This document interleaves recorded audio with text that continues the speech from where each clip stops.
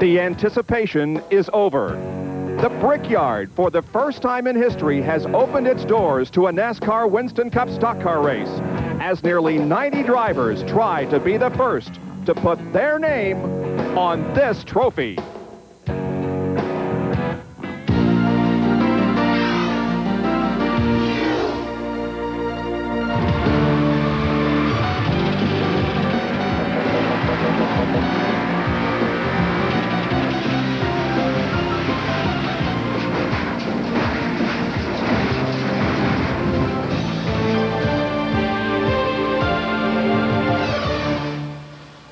ESPN, the world's leader in motorsports coverage, welcomes you live to the Indianapolis Motor Speedway for Brickyard 400 qualifying.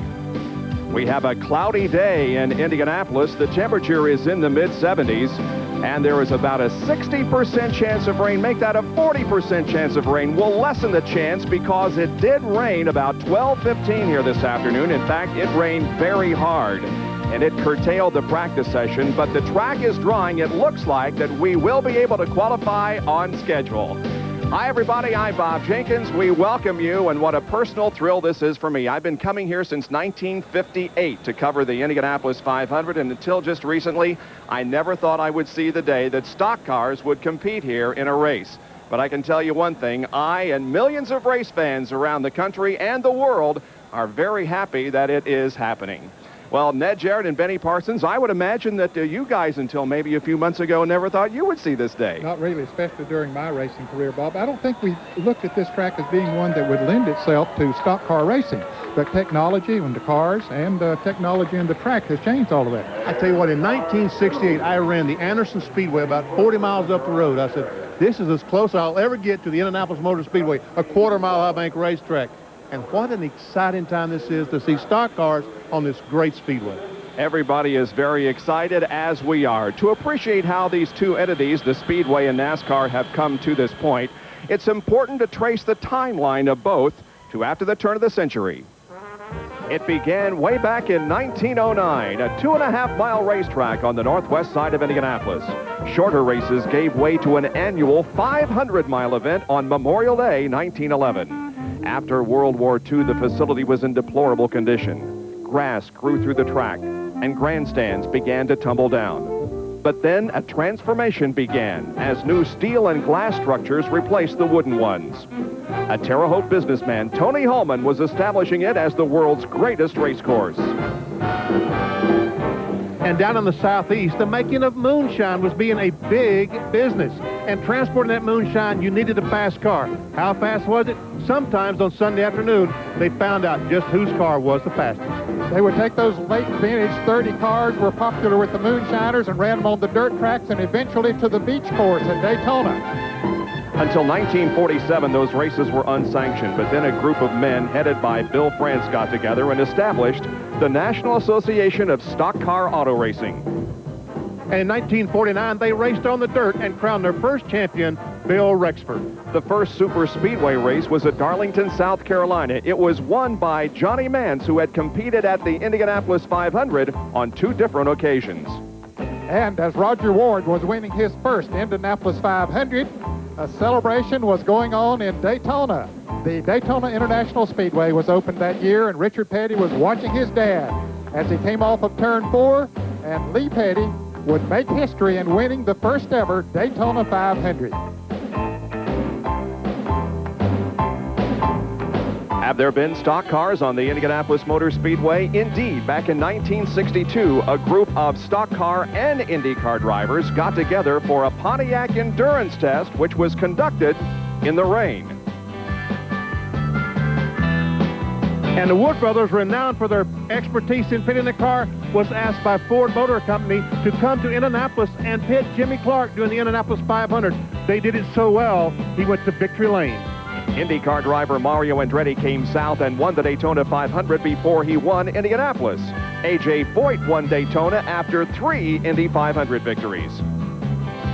But then an influx of stock car drivers to the Indianapolis Motor Speedway as Cale Yarborough and Leroy Yarborough came and spun together. Donnie Allison was Rookie of the Year at Indianapolis in 1970, and Bobby Allison ran for Roger Penske. And in 1979, Cale Yarborough and Donnie Allison crashed while coming for the checkered flag in the Daytona 500, allowing Richard Petty to win his 7th Daytona 500 and went on to win his 7th championship. Indy 500 winner Johnny Rutherford was giving a lift back to the pits to Rookie of the Year Tim Richmond, the first IndyCar driver to permanently go stock car racing. Indy continued to have great finishes, with Gordon Johncock beating Rick Mears. And President Reagan came to see Richard Petty win his 200th NASCAR Winston Cup race, and Bill Elliott set the racing world afire in 1985, winning the Winston Million and 11 superspeedway races. Then Dale Earnhardt took over and established himself as a legend in the sport with 6 NASCAR Winston Cup championships. More great finishes at Indianapolis. Al Unser Jr. into the wall as Emerson Fittipaldi wins. And then Rick Mears picks up win number 4 in 1991. The closest finish in history. Al Unser Jr. beats Scott Goodyear by 43 thousandths of a second. In June of 1992, a tire test was conducted at Indianapolis. Could this track accommodate the stock cars? Would this be a wave of the future? Well, the fans certainly hope so. And the drivers on the track put on a great show as they raced 3 abreast down the front stretch and into turn number 1. The official announcement came on April 4th of 1993. There would be a 400-mile NASCAR Winston Cup stock car race called the Brickyard 400. Just 2 days ago, reality set in as the Winston Cup teams were welcomed to the city of Indianapolis. From NASCAR's early years on the sand, to dirt, to asphalt, and now to bricks, NASCAR has come to Indianapolis as each driver seeks to become the first to put his name on the PPG Trophy in the inaugural Brickyard 400. It is really impossible to explain the impact that this event is going to have on the world of motorsports, on the city of Indianapolis, on the Indianapolis Motor Speedway, and on lots of race fans around the world. It is just, without question, possibly the motorsports event of, well, at least the last century, I think. Well, I don't think there's any question about it, Bob, and I think this event is going to take NASCAR Winston Cup racing to another level. We've seen tremendous growth in this sport in recent years, and I think this is going to be another giant step upward. Bill France told me just about an hour ago, 15 years from now, when we sit around the old stove and talking about things that happened in the world of auto racing, we'll always talk about the Brickyard 400. And we are here to cover qualifications for you live both today and tomorrow. The race is on Saturday. ESPN Speed World presentation of Brickyard 400 qualifying is being brought to you by Chevrolet. One car company has won more races in the history of NASCAR. Genuine Chevrolet. And by Pennzoil, the motor oil you can rely on for performance, protection, and quality. The car may look the best, but if it doesn't go very fast, your pipes can be loud, but you'll still come in fast. You can climb on the ladder, reaching for the sky, but you can't win the race if you don't qualify. Well, you can't win the race. Oh, you can't win the race if you don't qualify, and we'll have live coverage of second day qualifying tomorrow here at the Brickyard 400 beginning at 4 o'clock Eastern Time. The reach is far and wide. Brickyard 400 qualifying today will determine the fastest 20 qualifiers. They will be locked into the top 20 starting positions on Saturday. As you can see, it remains a very cloudy day and hazy in some locations, but the rain is staying away for the moment. There was a very important happening earlier today as the drivers and crews lined up to draw for qualifying order. Here's how it went. Get it right. Here we go. That's Morris Metcalf. Okay. And Richard Childress drawing for Dale Earnhardt. Car number 3, 13. He's looking for one of them stripes. 32. Car 28.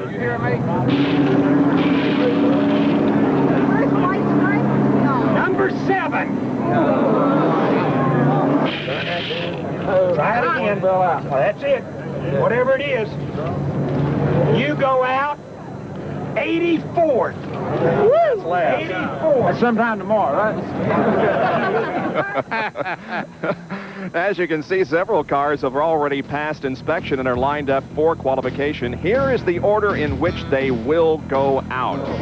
And normally, it would be more important than perhaps it is today because of weather. It's cloudy and it isn't going to be quite as bad. But nevertheless, it is important because we do stand the chance of rain later this afternoon that could end the session and carry it over until tomorrow. And, of course, cold temperatures tomorrow morning could be helpful to those that qualify then. You know, weather is always a concern during qualifying, but with the number of cars that we have here, it is even more of a concern than we've ever seen before at another track because the track conditions are going to change from when they start until they finish. If it'll just stay overcast like this, it will stay pretty consistent. If that sun comes out, Richard Petty with that number 84, a huge advantage for his driver, Wally Dallenbach.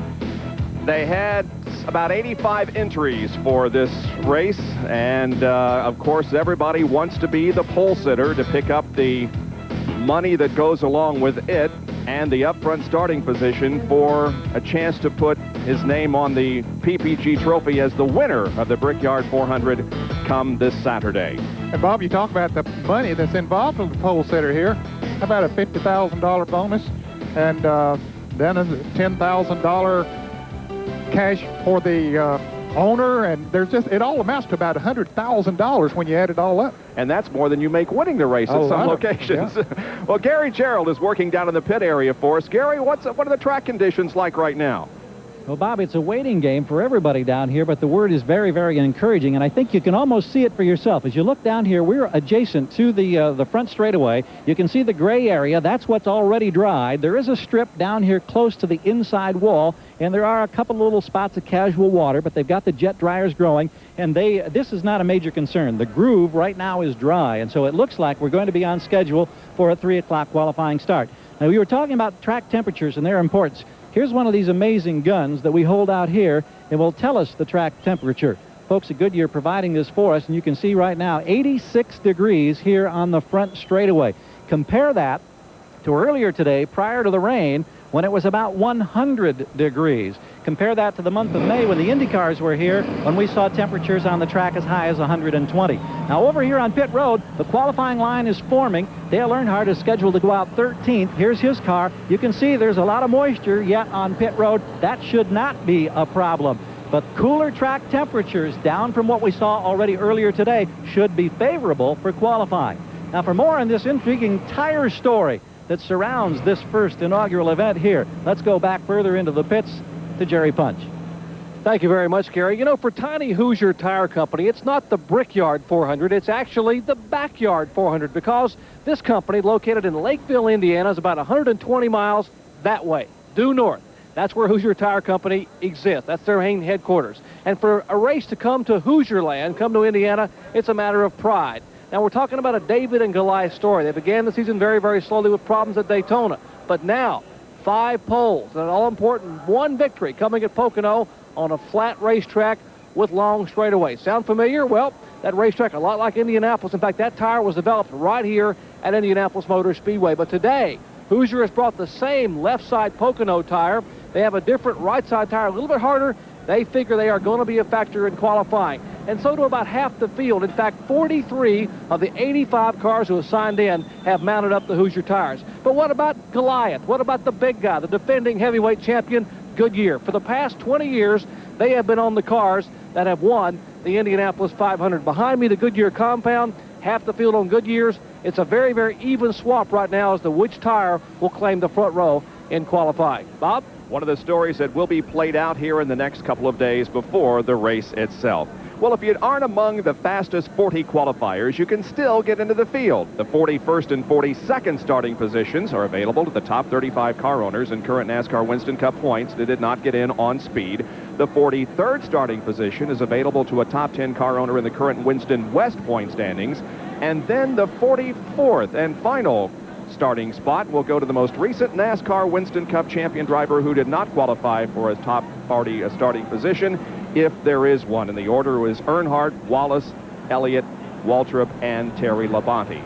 Now, If the top 35 in Winston Cup points all qualify in the top 40, the remaining provisionals go to the NASCAR Winston West Series. Well, they have come from all walks of auto racing to try to make this field. Indianapolis, IMSA. Here is John Kernan. Bob, I have to be with probably the favorite to spoil the NASCAR party.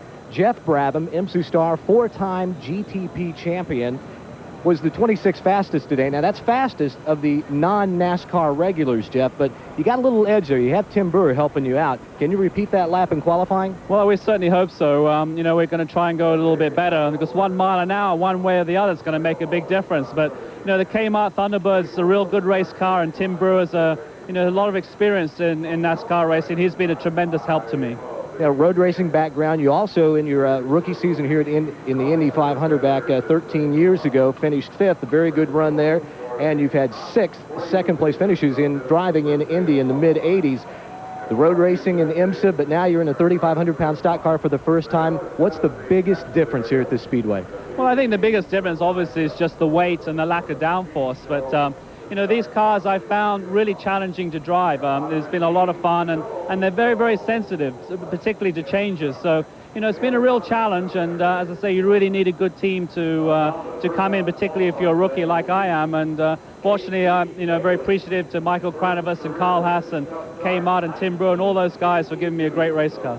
Now, your experience at Indy, can you bring anything and apply it here to the stock cars? Well, unfortunately, the only advantage I probably have over the NASCAR guys is I know where the concession stands are in the restrooms. You know, apart from that, it's it's the race car that dictates, not the racetrack. So, and we're a little bit of a disadvantage here. Well, I wouldn't say is it too big of a disadvantage, Bob. They qualify in the 73rd position. That means it should be pretty cool. So Jeff Brabham could have a good shot at making first-round qualifying. One of the non-regular NASCAR Winston Cup drivers coming here to try to make this historic event, the Brickyard 400 at the Indianapolis Motor Speedway. Back at the Indianapolis Motor Speedway, moments away from the start of qualifying for the Brickyard 400. Well, to win the race, you have to qualify. To qualify, you have to pass inspection. NASCAR's technical inspection. John Kernan has more. Before the cars ever take the track, NASCAR painstakingly inspects each one, making sure each of nearly 50 different areas of the car meet NASCAR specs. It's a process that takes nearly 15 minutes per car. So with some 90 cars entered here at the Brickyard, Gary Nelson has added inspectors to help speed up the process. I've got inspectors that work with us when we're in the Northeast. I've got inspectors that work with us when we're on the West Coast.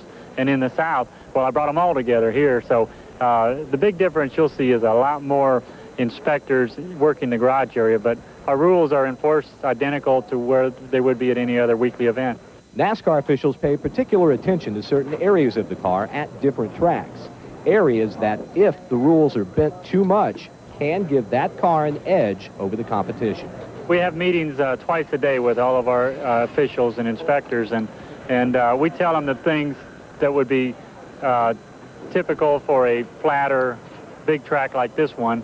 When we're at, say, Talladega, we're looking for different things on the car. So we kind of single out areas that might improve a car here. Brakes, maybe differences in the engines.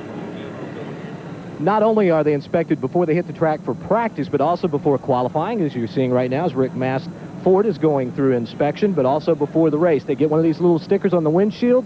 They'll put marks on it to signify that they have successfully completed the inspection. So this is what everybody down here in the garage area is very interested in getting. Let's go out to pit road and Dr. Jerry Punch.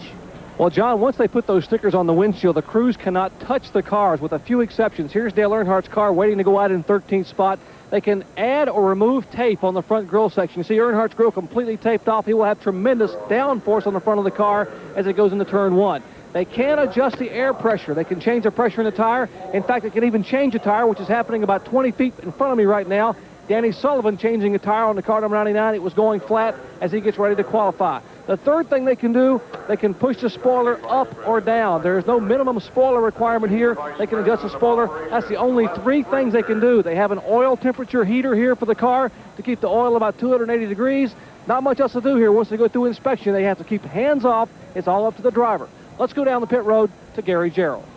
car setting all by itself belongs to Rusty Wallace. The crew has made all of those very important changes that Jerry was talking about. The generator working at the rear, keeping that oil temperature up. Keep in mind a very important fact here. Unlike Indianapolis, when you get 4 laps, 10 miles for a qualifying average, and you get 3 possible attempts per car, here it's 1 warm-up lap, it's 1 lap on the green, and that's it, baby. You've got to have it to the floor, and you've got to make that 1 lap the very best you can muster. And with this field of 85 cars, a lot of pressure, a lot of tension, Bob. And our first qualifier, scheduled to be H.B. Bailey, is scheduled to go out in about 5 minutes from right now as the drivers gather around to talk about it. Tomorrow night, live from Indianapolis Raceway Park here on ESPN, the Busch Grand National Kroger 200. Back at the Indianapolis Motor Speedway, qualifying just moments away. Well, 2 radically different types of cars now are competing here at the Indianapolis Motor Speedway. The Indy car and the NASCAR Winston Cup car. Derek Daly compares the 2. Bob, how do you compare an apple to an orange? Well, they're both round, but they're different in every way. How do you compare an Indy car to a stock car? Well, they're both racing cars. They have 4 wheels and tires, but otherwise they're different in every single way. Stock cars and Indy cars are built for totally different disciplines, but they are very highly specialized in their own particular fields. Just consider the driving position. In the stock car, drivers fairly high up and can see over most of the safety barriers now used on racetracks. Move to the Indy car. Now the driver is much lower to the ground and in fact cannot see over most of the concrete safety barriers now used in racing. When looking at the IndyCar front wings, you'll see they are designed to manage and help accelerate the air under the car to create overall downforce. On the stock car, on the other hand, the front spoiler is designed to stop the airflow under the car and therefore stop some of the lift. When looking at the rear wings of the IndyCar, you can see they're designed in a wind tunnel and measured in half-degree increments.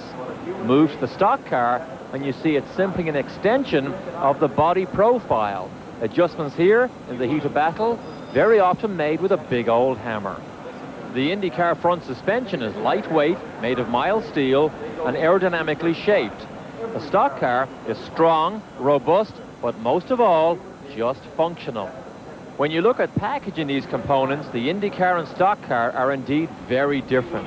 IndyCar has the engine, gearbox, suspension, and shock absorbers all interconnected, whereas the stock car is much more conventional in its layout and actually has more room in the engine bay than you have in your own passenger car. Let's look at a few direct comparisons. The IndyCar straight line speed is about 235 miles an hour, with a low speed at the apex of about 227. This generates 3.5 Gs in the corner. Go to the stock car, 190 miles an hour down the straight, a low speed at the apex of about 155 miles an hour, and generates 1.8 Gs of loading. Now, the reason for these performances? Well, at 200 miles an hour, the IndyCar generates about 3,000 pounds worth of downforce. The stock car at the same speed generates only 300 pounds worth of downforce. From a performance point of view, this area here of the racetrack plays a major key. Now, a good Indy car comes through here at 235 miles an hour, and it tries to gain as much speed as it can on the run to the apex. Now, a stock car at about 195 miles an hour jumps on the brakes right here, tries to lose as much speed as necessary just to make it around that apex in turn 1. For qualifying at the Brickyard, you need to get the maximum from yourself, your car, and the racetrack. An IndyCar's downforce allows it to blast through turns 1 and 2, trying to increase its momentum, whereas a stock car has to balance itself on a knife edge, protected by very little downforce. Down the long straights and carry as much speed as possible through turns 2 and 4 in particular. This determines your straight line speeds, and they better be high, because you may only get one shot at being part of the Brickyard history. Now, a stock car may be a little bit slower, but who could ever argue that day in, day out, 5, 10, or 15 cars in a bunch trying to get to the checkered flag first is not the most exciting and most entertaining form of motorsports in the world today. Back at Indianapolis Motor Speedway, first car waiting to qualify, veteran Texan driver H.B. Bailey. He'll be the first car to move on the track momentarily. You can't argue with what Derek Daly said a moment ago. certainly a lot of technology in IndyCar racing, but likewise in stock car racing. Let me show you who knows more about the Brickyard than Roger Penske. This is Rusty Wallace, the Penske South Ford beside me. Now, you can make subtle adjustments on the car for qualifying or for the race, but not quite as subtle as you see in an Indy car. I told you a moment ago you can adjust by taking tape off the front of the car, altering the downforce, but you can also change the fender flare. Take a look here. The front fender flare, maximum width is 76 inches. You taper it in as H.B. Bailey moves onto the track, and you will hear this crowd roar as they watch his qualifying efforts. You taper the fender flare in, you get more straightaway speed, but you lose downforce. The other thing you can change, of course, the spoiler. Rusty will qualify with a 65-degree rear spoiler. Now, Rusty told me for every 1/4 of an inch of vertical height you lose on this 6.5-inch blade, you gain 0.2 of a second on a 2.5-mile superspeedway. And folks, you lay it back, you get faster, but it's going to be wild going into turn 1. Bob? All right, thank you, Jerry. The answer to the trivia question that will be asked many years in advance, who was the first to attempt a qualification for the Brickyard 400? The answer, H.B. Bailey. Here he is moving through turn number 3 onto the short chute at the north end of the racetrack, and now bringing the car into turn number 4. He'll get the green flag this time around, and the qualification run will be underway. We might tell you that in practice this morning, the fastest speed turned in was by Jeff Gordon at 170.626 miles an hour. There's the green flag. We are qualifying at Indianapolis, H.B. Bailey. I think it's great that someone like H.B. Bailey is the first guy to go around this racetrack. He's been at this sport for so long, goes to the Darlington for the Southern 500 every year. He's in the record club down in Darlington. Benny, he ran his first race back in 1954 down in the state of Texas. I think it's great. H.B. Bailey, horsepower. He has no starts here in 1994. He is 57 years of age and resides in Houston. H.B. at the north end of the racetrack once again. Only 1 lap of qualifying here. You don't get 2 laps. So we'll see what H.B. can turn in here. He has been among those that have practiced here and tested at the Speedway in the last month or so. Down the front straightaway, the checkered flag waves, and H.B. becomes the first qualifier for the Brickyard 400. Let's see what kind of a time and speed he turns in on his qualification run.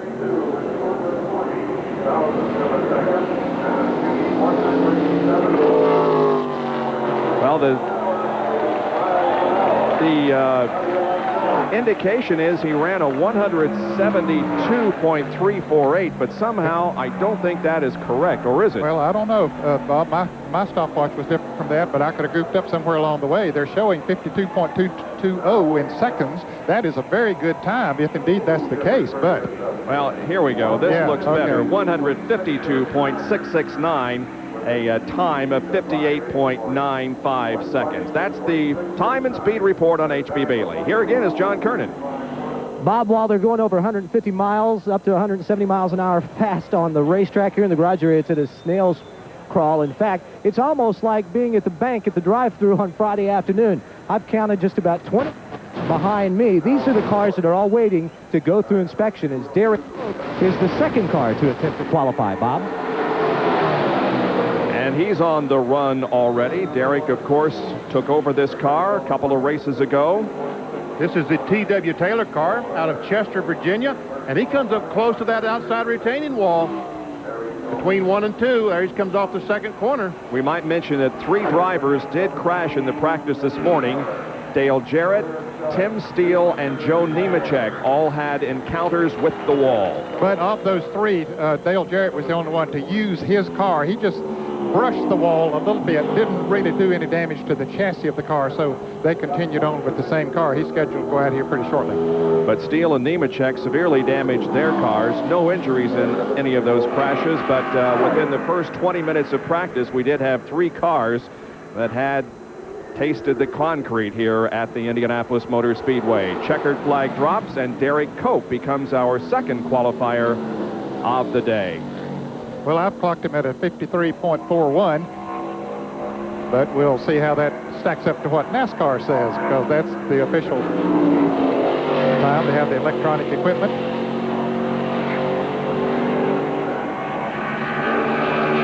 Derek Cope on the cool-down lap down the back stretch. Let's go down to Gary Gerald, who's with Kenny Schrader, who won a race last night here in Indianapolis. Gary? Bob, indeed he did. He won on the dirt at the fairgrounds. Congratulations on the victory last night. But I know right now all the focus is on this 2.5 miles. The fact that you get just one lap, is that added pressure? Well, I tell you what, I like it. You know, I get thinking about it. I do one lap and I'll get it done. If 2 laps, I'll probably mess up. But I'm just happy to be here today. We heard that possible 172 speed on H.B. Bailey, and your heart kind of went right up in your throat. Yeah, but, you know, I thought there might be something wrong there, and they announced that I felt a lot better. All right, we wish you well, and enjoy this memorable first time. It's quite a day. All right, Kenny. Bob? Kenny Schrader will be up to qualify later this afternoon. Scott Gaylord in the 00 car on the racetrack making his qualifying attempt. Derek Cope had a 53.370 second, 168.634. 168.634, so he is the fastest of the 2 qualifiers that we have had. Scott Gaylord from Lakewood, Colorado. A 53.37 by Derek Cope. Down in the garage area, Bob, they were talking about taking a lap of about 52 seconds flat to win the pole position here for the Brickyard 400. I think the fastest lap that was turned, of course that was unofficial certainly, was Bill Elliott in the test that went on here for the last several weeks, and he turned a 52.18. So normally they will run a little bit faster in qualifying trim. So Benny, I'd say that it might get 51-second bracket if it stays overcast. If the weather stays the way it is, because it is extremely cool right now. We have our first NASCAR Winston West competitor who has qualified for the Brickyard 400, Scott Gaylord.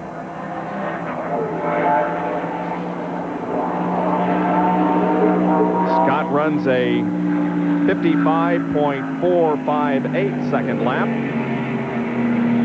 That relates to a speed of 162.285. So our 3 qualifiers, Derek Cope, Scott Gaylord, and H.B. Bailey, with Cope the fastest right now at 168.634. Of course, the next car scheduled to go out would be Robert Presley. And here he comes off of turn 4, ready to take the green flag. With this many cars attempting to qualify here, they are running them very quickly, as one car will go onto the track before the other one actually finishes the run, but they're well separated. Robert Presley from Asheville, North Carolina, on the racetrack in the Mannheim Auction Chevrolet. Is this Leo Jackson's car, Ned? I think it is, yes. Robert Presley is going to drive for Leo Jackson next year. He's going to take over the car 33 that Harry Gant is running in 1994. Harry, as most everyone realizes, will retire at the end of this year. Yes, it indeed is a Leo Jackson car. The Mannheim Auto Auction sponsorship. Robert's best qualifying effort this year was at the Daytona 500, where he qualified in 19th position. Presley takes the checkered flag and becomes our 4th qualifier of the day.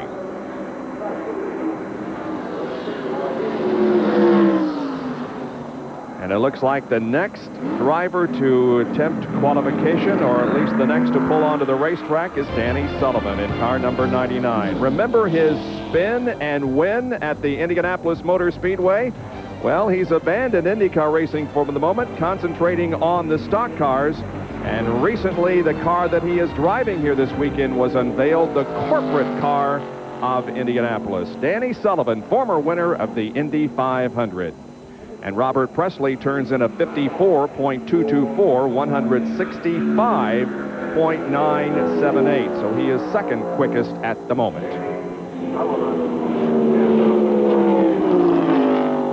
Well, one thing about it, Ned, this guy certainly knows his way around the racetrack. Yes, he's driven enough laps here. He knows that.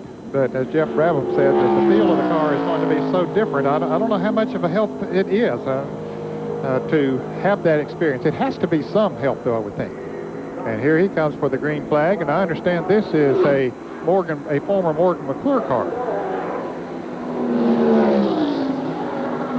Goes down the corner. Underneath that white line next to the grass, folks, is they call it a rumble strip. That's to keep those Indy cars off the grass, but you can see these stock cars are just wading right through that rumble strip like it isn't even there, is what I'm trying to say. Didn't seem to upset him. No, it doesn't. Yeah, I heard Dale Jarrett say last night that the rumble strips may affect the Indy cars, but the stock cars drive right over them. They've all said this is one of the smoothest surfaces that they have raced on. Off of corner number 4, here comes Danny Sullivan, originally from Louisville, Kentucky, now making his home in Aspen, Colorado. 44 years of age, the checkered flag waves, and he has qualified for the Brickyard 400. I believe he's going to come in there in about second place. We'll get the official ruling in a moment. Derek Cope is fastest at 168.634. We're waiting to see what effort Danny Sullivan turned in. And you're right, Ned, it is the second fastest of the day, 167.358. That's 53.777 seconds. We'll be right back. Welcome back to the Indianapolis Motor Speedway and first round qualifying for the Brickyard 400. While we were away, Mike Chase, the Winston West points leader, qualified at 159.864, 56.298 seconds. Mike has a guaranteed spot in the field, a provisional from the Winston West division, since he is the points leader in that series. On the racetrack right now is Dale Jarrett from Newton, North Carolina, in the Interstate Battery Chevrolet. And Ned, this has got to be somewhat of a thrill here, seeing your son qualify for this event. Well, it really is, because as I said earlier, didn't ever expect to see the stock cars here at the Indianapolis Motor Speedway, and certainly knew that I would never get an opportunity, so it is great to see Dale get that opportunity to qualify here. There's A.J. Foyt, Roger Penske, Ruster Wallace. There's a motley crew, huh? I'm telling you. Oh, Dale right up against the wall there at the south end of the racetrack between turns 1 and 2. It's like his car's pushing in that corner, Ned. He's trying to get up against that wall so he can make that corner as round as he possibly can. Yeah, he was having trouble with the car pushing this morning. In fact, that's the reason he got in the wall. He was pushing considerably more than he needed for it to. Whoops, slipped a little bit there. Yep, he sure did. And again, right up against the wall at the north end, there's Jimmy Makar looking on, his crew chief. Dale's about to complete the lap, though.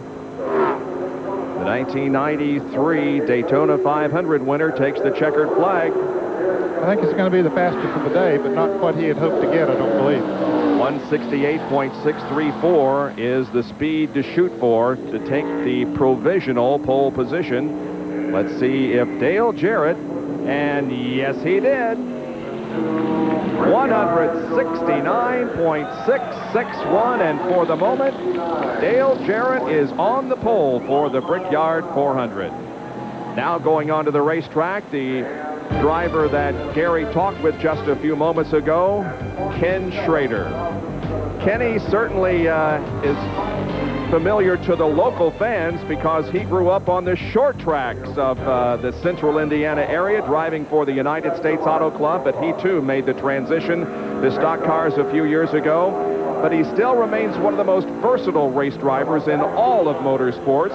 As I indicated last night, he drove in the ARCA race on the mile dirt at the Indiana State Fairgrounds, and he won it. And I believe he drove in a race the night before. And now here he is on the 2.5 miles of Indianapolis, getting into the Brickyard 400. Very versatile race driver. He loves to race, and he'll drive anything, anywhere. There he takes the green flag. I tell you what, growing up in open wheel racing, this must be a huge thrill because he never dreamed that he'd ever get to run this racetrack. I'm Well, sure. that's right, and Jeff Gordon is going to be another one who is in that same category, since he lived here for many years and cut his racing teeth on some of the dirt tracks and the short tracks of central Indiana, gaining experience that has allowed him to be a star in NASCAR Winston Cup competition. I would say that Ken Schrader is going to give us a number, a qualifying. And there was some smoke coming from the headers of that car down the backstretch. And he's off the pace. Sure, yeah. He's off the pace. Schrader blew. He's off the pace, slowing down, entering the warm-up lane at the north end of the racetrack in turn number 4. And so Ken Schrader's qualification attempt will go by the wayside, and he will have to be a second-day qualifier, and that is very, very disappointing. Jerry Punch is with Dale Jarrett, the pole sitter for the moment. Well, Dale, you're the pole sitter thus far for the inaugural Brickyard 400. You get out of the car with a big smile, but shaking your head. Was the car a little bit of a handful out there? Yeah, we've been fighting push here the whole time, and we made some changes, and they were serious changes. I was really loose. Just about spun out in the second turn going out of the pits when the tires were new, but I was loose all the way through, and that's certainly the faster way around, but a little breathtaking, too. Well, you're up top right now. This morning, a little bit of a close call in turn 3 in the early laps. Yeah, just not paying attention good. The car was pushing and just scraped the wall coming out of turn 3 there, but didn't do any damage, so hopefully that'll be mine for the weekend. Dale Jarrett thus far on the pole in qualifying as Kenny Schrader takes the car rolling past us back to the garage area. And Ed, we said that that Dale was pushing. In fact, he was chasing the thing up the racetrack. That's right. Let's see Ken Schrader. There we see that thing come out the exhaust pipe. Yep. That was as he went down the backstretch, so he was at maximum speed there. And from that point, he got on the brakes and brought it in, and his qualification attempt here on first day goes by the wayside, and he'll have to qualify tomorrow. Here is Brett Bodine in the Quaker State Ford. There is Brett. Car owner, of course, is Kenny Bernstein, the famous drag racer, whose IndyCar won the Michigan 500 last week. And Kenny and Brett both hoping they can turn in an outstanding performance here in the inaugural Brickyard 400.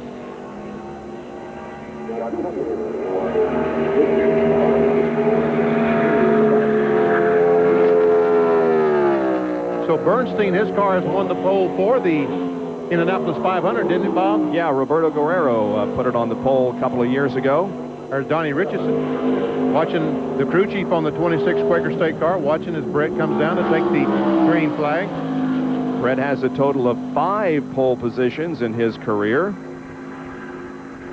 This year, his best qualifying effort was at North Wilkesboro, where he was on the outside of the front row. There's the green flag, and Brett Bodine is on his 2.5-mile journey.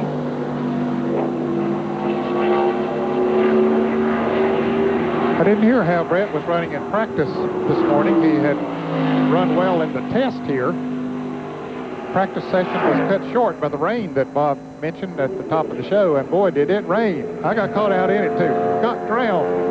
I tell you, we haven't seen a rain like that at Indianapolis all summer that I can remember. It poured twice.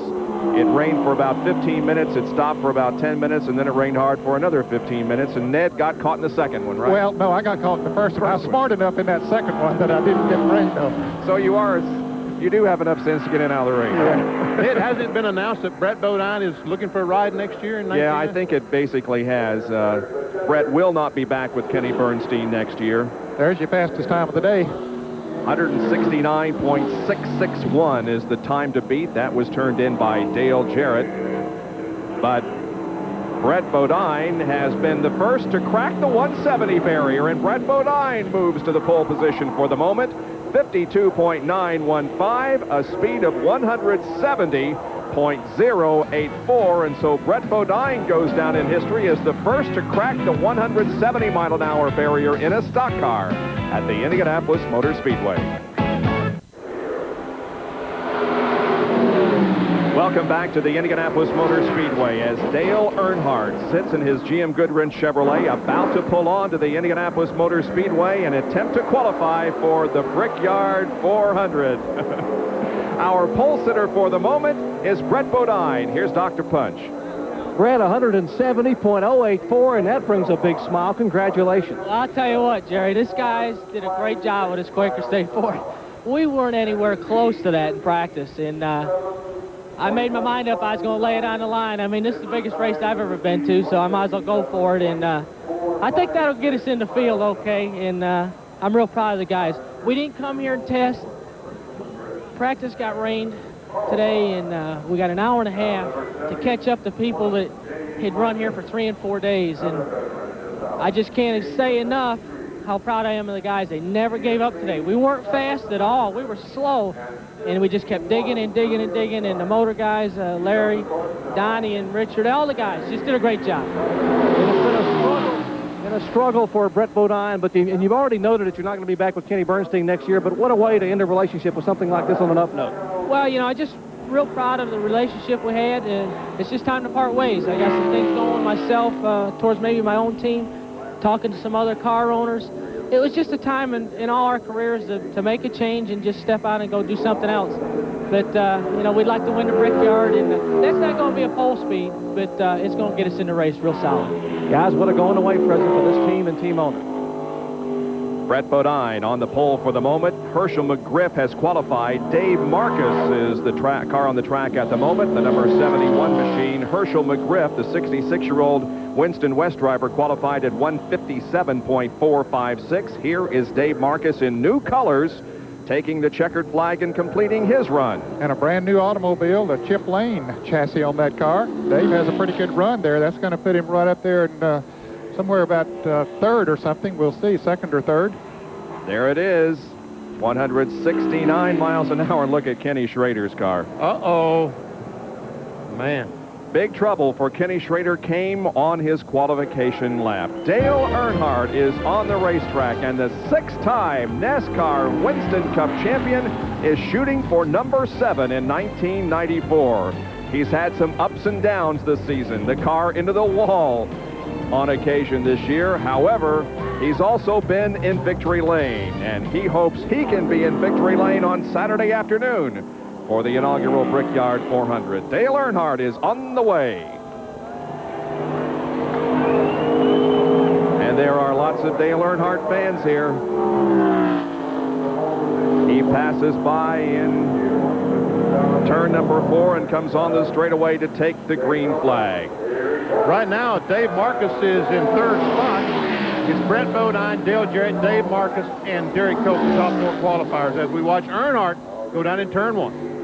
170.084 is the pole speed that they're shooting for. Now, the yellow speeds indicate the trap speeds turned in by the pole sitter, and the white speeds that pop up will tell you how that particular car on the track is doing compared with the pole sitter. He's been faster all the way around, Ed. Yes, he has at every point, and a good bit faster going into turn 1, but a mile an hour faster at all the other points. So Earnhardt looks like he's on the way to perhaps having fast time of the day. Theoretically, this should be the pole sitter for the moment. Dale Earnhardt takes the checkered flag. He's completed the run. Let's see if he has knocked Brett Bodine from the pole position. He did it, 171.726, a 52.409, and Earnhardt is on the pole. The fans like it. The fans love it. So we have a new pole sitter as Rick Mast comes out of turn number 2 down the backstretch. He's been very fast. In fact, he was the second fastest in the morning practice at 170.361.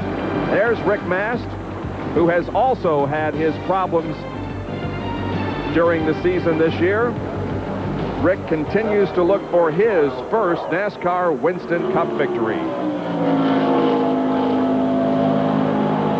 Here he comes off turn 4, take the green flag. He's one of the drivers running Hoosier tires, and he has had some fast practice laps here today. So we have seen 2 drivers qualify above 170 miles an hour.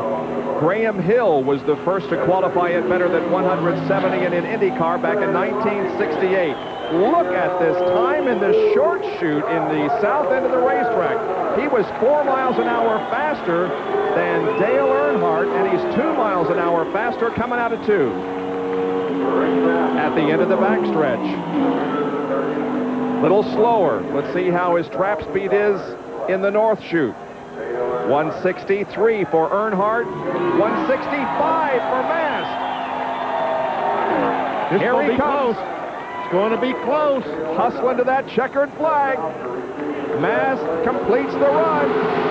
He's 2 miles an hour quicker in turn 4. I think he beat him, Bob. We'll see when the official time comes up.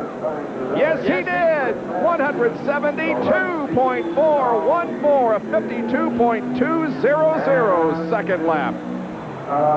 Jerry Punch is with Dale Earnhardt.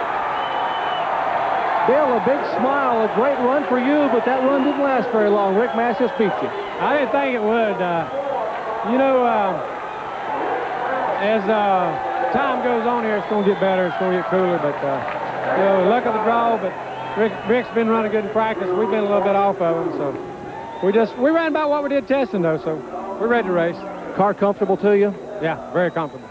Big smile from Dale Earnhardt. He knows he's race ready. He may not be on the front row or even the pole, but come Saturday, watch this guy when he drops the green. Bob? You can say that again. Earnhardt always comes to race. At the moment, Rick Mast is on the pole for the inaugural Brickyard 400. We'll be right back. Welcome back to qualifying for the Brickyard 400, and our Suzuki Motorcycles top qualifiers indicates that Rick Mast in a Ford is the pole sitter at the moment. Dale Earnhardt in a Chevy is second. Brett Bodine's Ford in third, and Dale Jarrett has the 4th quickest time of the day. Here's Gary Gerald. Bob, down here at the head of the qualifying line, it's interesting. We've been using this temperature reading device here on pit road, and track temperatures right now about 10 degrees higher than they were when we made that initial report at the start of qualifying. Temperatures are now in the 94, 95 degree range. Generally, as the track temperature goes up, speeds come down. You heard Earnhardt say he thinks, however, that there's still going to be more cooling, and those later on are going to have an advantage, and we'll see speeds continue to go up. Rusty Wallace ponders those things. He'll be the next car to go out on the track after the current run. Yeah, this is just about the heat of the day here in Indianapolis. Now, in the next hour or so, the sun is going to be positioned behind the main grandstands here on the main straightaway, and the shadows will come across the track, cooling it, and so probably we'll see some higher speeds at that time. Loy Allen completes his qualifying run. Randy LaJoie has qualified at 167.233, 53.817 seconds. And that puts LaJoie in the 8th spot, and there we see Loy Allen, 54.022. And Rusty Wallace now moves on to the racetrack in the Miller Genuine Draft Ford. Rusty Wallace, former NASCAR Winston Cup champion. The crew has been behind him all year, getting him in and out of the pits quickly, and he has done the job on the racetrack. And certainly his car owner, Roger Penske, hopes that he can pull off the Indianapolis double.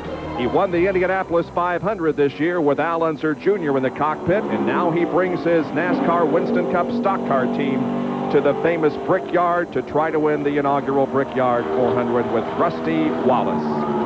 That speed for Loy Allen was 166.599 miles per hour as Roger Penske watches Rusty Wallace come down that front straightaway. Here he is, taking the green flag and beginning the qualification run.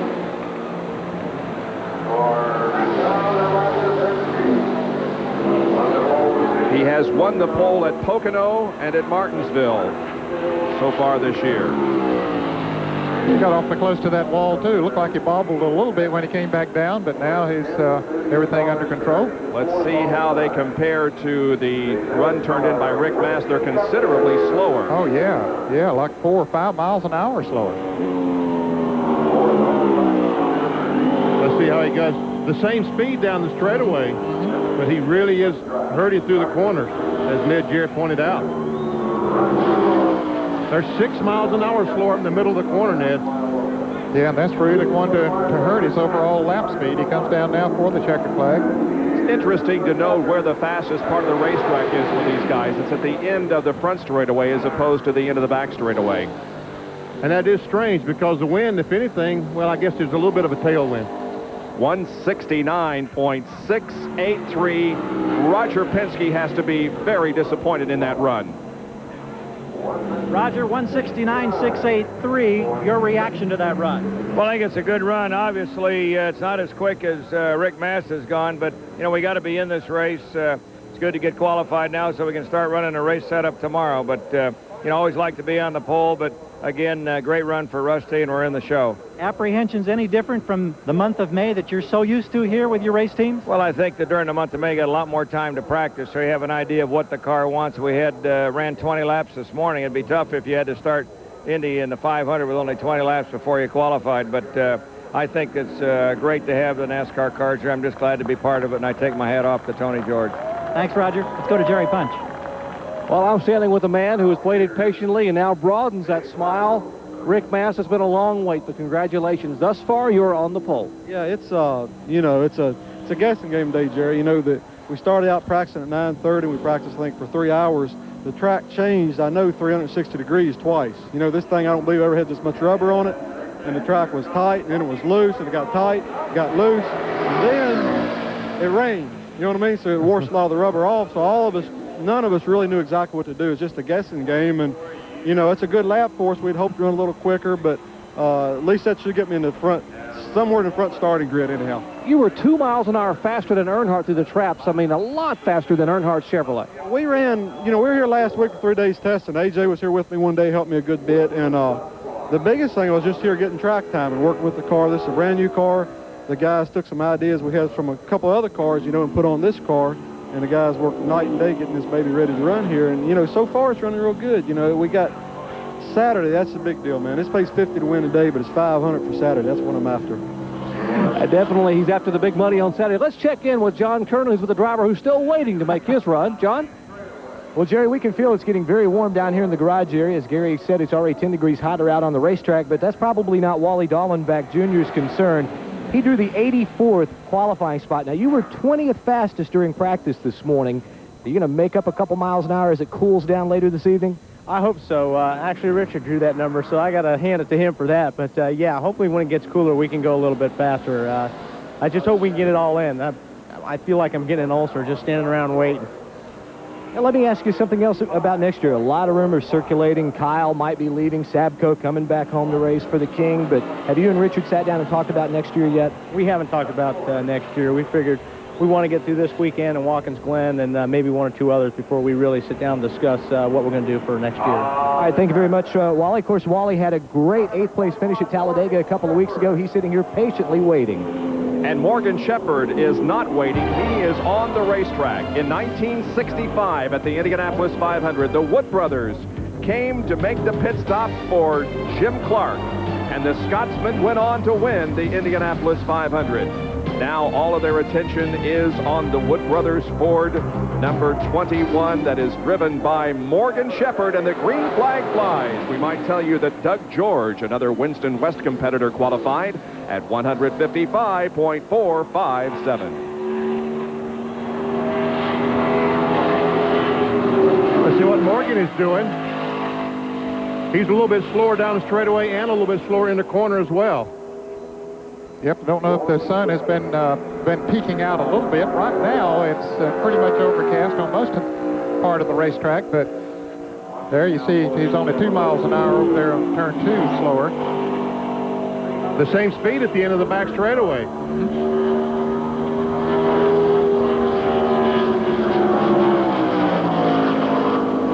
Oh, that's 7 miles an hour off there. Wow. So this probably will not, well, it definitely will not knock Rick Mast off the pole. Let's see what Morgan Shepherd can turn in for a qualifying effort. Going to be about 4th fastest in my opinion. It's 53.039, 169.687. Here's Jerry Punch. Well, Rusty Wallace, you ran 169.683. Not exactly what you had hoped to do. Well, I'd like to be a little quicker, no doubt about that, but I just had the car too loose. I wanted to make that front end stick really good, try to bring the speed up, and I went out, and that rear end was just hanging out on me. So, you know, I just have to hope that's going to be good enough to lock up the first 20 in qualifying, and if it's not, we won't do anything different anyway. We'll just kind of bump the spoiler up and get it ready to race and be okay. Rusty Wallace, Roger Penske and racing team as they get ready to push the car back to the garage area. Disappointed, but hey, waiting till Saturday. We've got about 20 more minutes of qualifying left here on ESPN, and A.J. Foyt is standing by to go out for his run. Back in a moment. We're We're covering live for you, qualifying for the inaugural Brickyard 400 at the Indianapolis Motor Speedway. Our Suzuki motorcycle top qualifiers indicate that Rick Mast is on the pole at the moment with a speed of 172.4. Dale Earnhardt is next.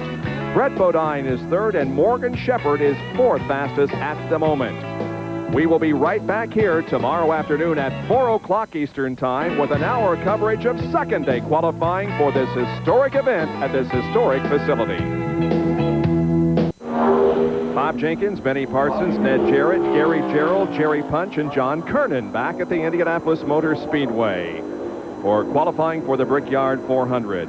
There's Kyle Petty, who waits to go onto the track. He watches his teammate Bobby Hamilton take the green flag and begin his run. Now, we have had a couple of qualifiers here in the last few minutes. Ben Hess at 158.081 and Jimmy Hensley at 167.826. Hess ended up 16th, and Hensley right now is 9th spot.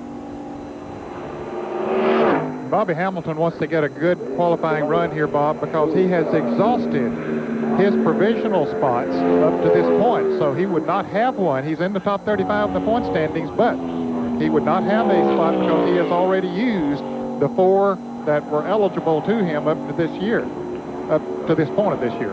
His best qualifying effort for 1994 was at Dover in June, where he qualified in 8th position. Here he comes off of corner number 4, looking for the checkered flag. And Bobby Hamilton completes his qualification run. Next out will be Kyle Petty. We'll wait to see how Bobby Hamilton does. Well, it won't be the pole. It's not a bad run for him.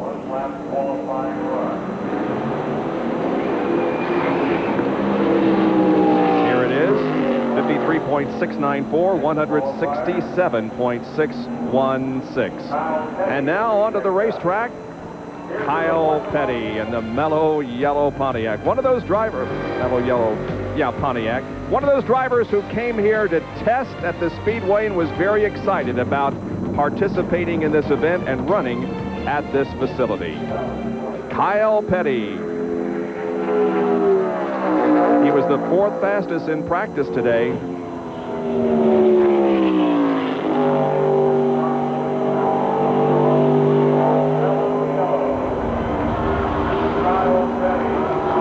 Cars have qualified, and so now we begin to bump the slower qualifiers out of the top 20 speeds.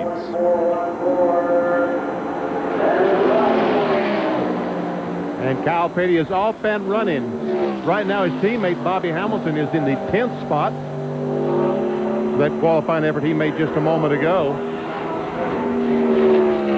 And H.B. Bailey, the first car that qualified this afternoon, is the car on the hot seat. Let's see how Kyle's doing through the traps. Not very good compared with Rick Mast. No, he's about 6 miles an hour off. In fact, 8 miles an hour on that last. Let's see how he does here on the straightaway on the back. 5 miles an hour off there. So, wow, looks like Kyle's in trouble. Well, one thing that will slow those straightaway speeds. He missed that corner totally, Ned. It looked like it, didn't it? And we can see he's 9 miles an hour off. Yes, he missed that corner up there almost completely. No, not a good lap for Kyle. Not a good lap at all. He's going to be way down the line. 54.140 and a very disappointing 166 mile an hour run for Kyle Petty. We'll take another break and be right back with more qualifying at Indy.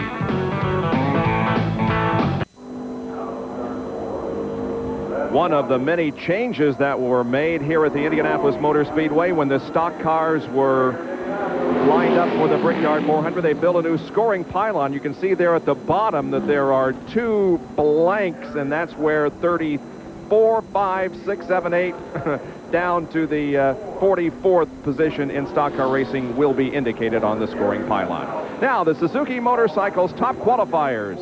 Again, Rick Mast continues to hold on to the pole. Dale Earnhardt second, Brett Bodine and Morgan Shepherd are the 3rd and 4th fastest qualifiers at the moment.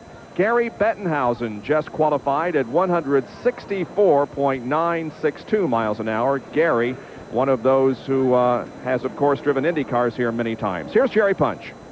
Kyle, after being the 4th quickest this morning in practice, a disappointing run for you. 54.140 seconds. Look, you had your hands full.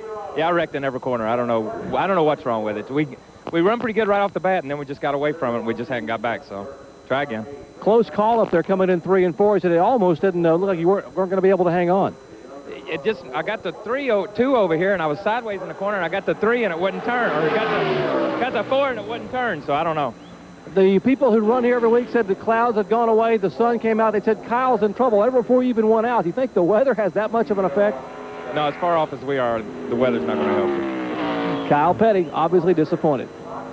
And another Hoosier driver, Jeff Burton, is on the racetrack. And the pole sitter, by the way, Rick Mast, is on Hoosiers. We might also tell you that although we will be leaving the air here in less than 10 minutes, we'll catch you up on how things went here as far as the other qualifiers are concerned on Speed Week tonight.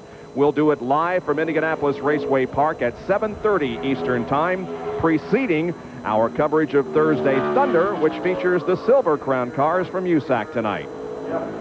And you can see that Burton is way off Rick Mast's time as well. 4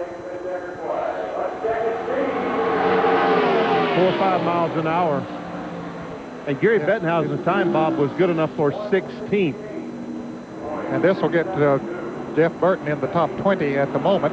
I got him about a 53.40. He's a 53.358, 168.672 miles an hour. Good enough for 8th fastest at the moment. And look who is strapping in and getting the gloves on. A.J. Foyt, who retired from IndyCar competition, he says, a few years ago. But he said he never retired from stock car racing, so he's going to try to make the field. And a man who is going to call it quits at the end of the 1994 season is Harry Gant, driver of the Skull Bandit number 33.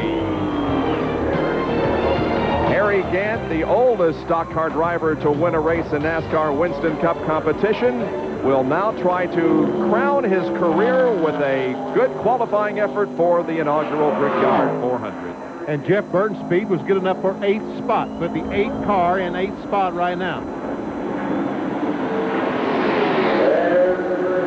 Harry Gant has won 16 pole positions in his illustrious career. His last pole was at Atlanta in November of 1993. He's another of those drivers running the Hoosier tires, Bob.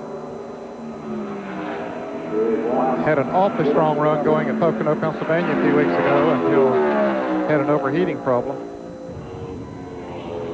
See how he's doing. Well, he too is well off the pace set by Rick Mast. Oh yeah, he's 8 to 9 miles an hour off. Now when he gets on the end of the other long straightaway back there, he's only 3 miles an hour off. But his speeds on those short turns is all. Doyle Ford waves the checkered flag, and Harry Gant has completed his run. Well, I got him about a 53.80 on my unofficial watch here. See how good you are. Well, not bad. 53.921. A 166 mile an hour lap for Harry Gant. Jerry Punch, down to you. Well, Bob, Harry Gant struggled this morning with an engine problem. They had borrowed an engine from Rick Hendrick Motorsports. They put in to qualify. They went out and ran about 5 or 6 laps. Harry said they were going by him like he had put an anchor out the window. So they came in and rapidly changed and put one of their engines in the race car. Remember, Leo Jackson owns that car and builds the motors. His brother Richard Jackson owns the car that's on the pole right now for Rick Mast. But it didn't help Harry Gant. His time still awfully slow here in qualifying as AJ heads on the racetrack, Bob. Harry Gant's speed was good enough for 14th. And here comes AJ. And he has 9 career pole positions. His last career pole was at Talladega in May of 1977. Let's see how A.J. Foyt does. The fans love it. Oh, yeah. I tell you what, I really would like to see A.J. run well here this weekend. Well, it would certainly bring a lot of cheers from the grandstand, especially on Saturday when he's announced as one of the starters, because he has been the man here at this facility since 1958, his rookie year. Oh, quite a bit in this short straightaway over there, almost 10 miles an hour, and then 5 miles an hour coming off of turn 2. Rick Mass turned in a 179 at the end of the backstretch. AJ a 177, not too bad. Let's see how he does here in the short chute at the north end of the track. 165 was Mass trap speed through there. 157 for AJ. He's off the corner and onto the straightaway, looking for the checkered flag. Well, he's still going to be 6-7 miles an hour off, probably 4 or 5 all the way around the racetrack. Well, he's at about the time that the car before qualified. 59-year-old A.J. Foyt turns in a 53.928, 166.889. That's almost exactly the same time that Harry Gant ran. Yeah, just a shade slower. And Jerry Punch is with Harry Gant. And Harry still sits in the car. Harry, you ran a little over 166, but that's what you had struggled all morning, hadn't you? Yeah, we've been a little slow. We got to pick it up some, you know, and we've done a lot of changes. We didn't get a chance to really go back at it. Rain, so we'll try to see what we've done tomorrow. We'll try to do better. Car comfortable to you? Yeah, not really. We got some work to do. Harry Gant smiling, his first and final time at Indianapolis Motor Speedway. Bob? And Ernie Irvin, the current NASCAR Winston Cup points leader, is on the racetrack. There is Robert Yates. Don't know how much of a difference it might make, Bob, but the sun has gone behind the cloud here right now. I guess the cloud has come over the sun. The sun didn't move that much, but don't know how much it might help him. Ernie Irvin turned in a 170.206 mile an hour lap in practice. Here's Gary Gerald. We just checked with Robert Yates, and he looked up and saw that cloud over the track, and he says this may help. The temperature had actually been over 100 degrees at about 105, the hottest we'd seen today just not more than 3 minutes ago. Now it's dropped back down under 100 with this cloud cover. We'll see if it makes a difference on the clock. It very well could. His speed at the end of the front stretch, Benny, was better than Rick Mast. But look, he lost time up in the middle of the corner in the short chute and coming off turn 2, and he's the same at the end of the straightaway. So it's going to be a good qualifying run, but I don't think he's going to beat Rick Mast. Oh, he was way off the pace there in the short chute. Off the corner, here he comes, Ernie Irvin, 161 off of turn number 4. Irvin completes the lap. He's looking for a 172.414. He's not going to get it, Ned? Nope, he's not going to get it. He's going to be quite a bit off the pace, as a matter of fact, Bob. He's going to be back about 6 or 7. Yep, 53.112, 169.453. So Ernie Irvin has qualified, but will not be on the pole. We'll be right back. ESPN Speed World covering Brickyard 400 qualifying. Jeff Purvis has clocked in at 167.917. We're going a little over 5 o'clock Eastern, but we want to show you the qualifying run of Michael Waltrip. Now, let me remind you that at 7:30 Eastern tonight, we'll be back with Speed Week live from Indianapolis Raceway Park and wrap up what happened in qualifying. And that just precedes Thursday Thunder featuring the USAC Silver Crown cars. And tomorrow we'll be on the air at 4 o'clock Eastern with an hour of second day coverage. Benny? Here comes Michael Waltrip up turn 4. Here's the top 20s I can give you so far. Rick Mast, Dale Earnhardt, Brett Bodine, Morgan Shepherd, Rusty Wallace, the top 5 as he takes the checkered flag. Michael Waltrip. Pretty good lap, Bob. That might put him up in about 5th place. Let's see. Oh, Michael Waltrip with a good run then. Let's see how it shakes out here. 53.070, 169.587. Here's Jerry Punch. Current Winston Cup point leader Ernie Irvin. You watch Michael Waltrip, his qualifying efforts. You were disappointed, obviously. Yeah, you know, we had run really good and just didn't get to make a qualifying run and got the car too loose and sideways down in 1 and then sideways down in 2. So I guess we'll have to be happy with what we got. You think some of the guys are really trying too hard, just a lot of emotion for the day? Well, I mean, it's exciting. You know, this is what we've been waiting for 2 years. And, you know, at Daytona, where our biggest race happens, the driver can't do much in qualifying. Here he can make up something. So that's probably me. I probably tried to drive her in there a little deeper and get on her a little earlier, but it didn't work today. Ernie Irvin a little loose in qualifying, currently 9th overall. Tomorrow at 4 o'clock Eastern Time, an hour of coverage of Brickyard 400 qualifying right back here at the Indianapolis Motor Speedway. That's tomorrow at 4 o'clock Eastern Time. The weather still doesn't look very good, but they're qualifying. It's Mast, Earnhardt, Brett Bodine, Morgan Shepherd, the top 4. And then Rusty Wallace, Dale Jarrett, Michael Waltrip, and Dave Marcus, the fastest 8.